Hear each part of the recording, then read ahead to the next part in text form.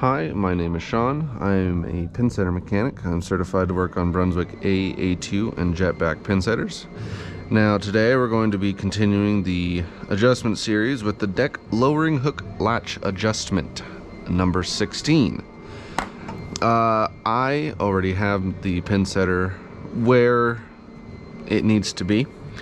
It tells you cycle the pinsetter until the roller on the deck hook cam lever right there is, they tell you until that is at the highest level on the cam during a first ball strike or second ball cycle.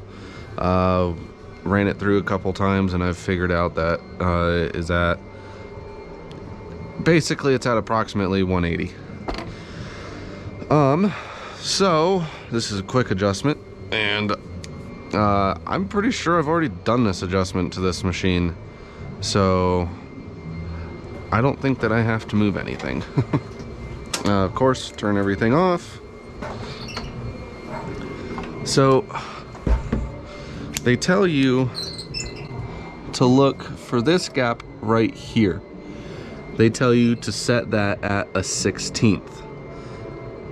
Now, if yours is not at a 1/16, then what you need to do is you need to lower this clamping bolt, I would assume.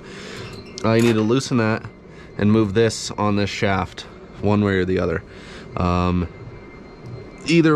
Whatever way you need to move it to obtain that 1/16 gap, plus or minus a 64th.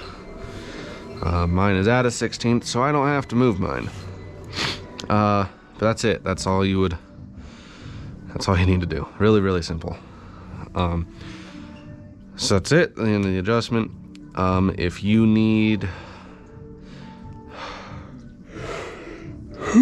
shit. If you have any questions, please leave them in the comments below. More than happy to answer.